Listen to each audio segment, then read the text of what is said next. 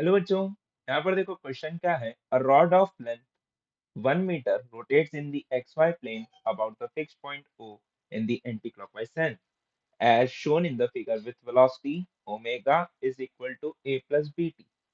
Okay, where a equal to 10 radian per second and b equal to 5 radian per second square.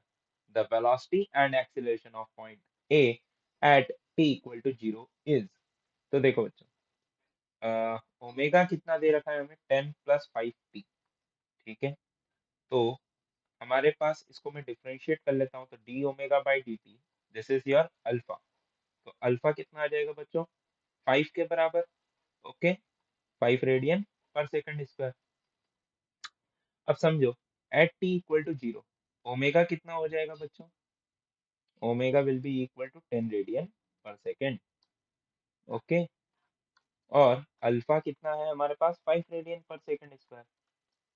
ठीक है, अब देखो, मैं ए point को कंसीडर करता हूँ बच्चों।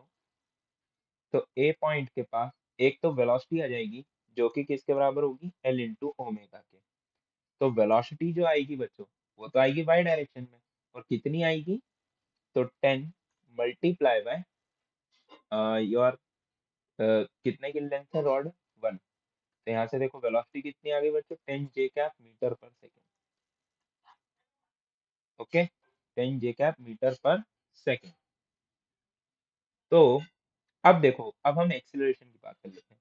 तो ए पॉइंट के पास एक तो एक्सीलरेशन आएगा, tangential acceleration, that is R alpha और एल अल्फा, और एक आ जाएगा एल ओमेगा स्क्वायर।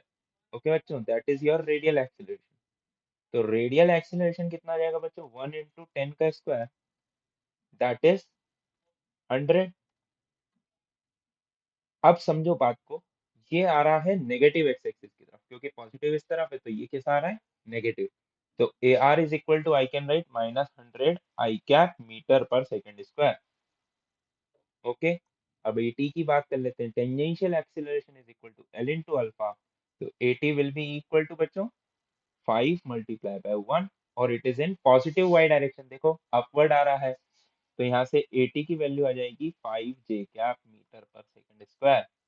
ओके, तो अगर हमने टोटल एक्सीलरेशन लिखा in at in the vector form, it will be -100 I cap plus 5 J cap in meter per second square. Okay, so option B will be the correct choice. Thank you.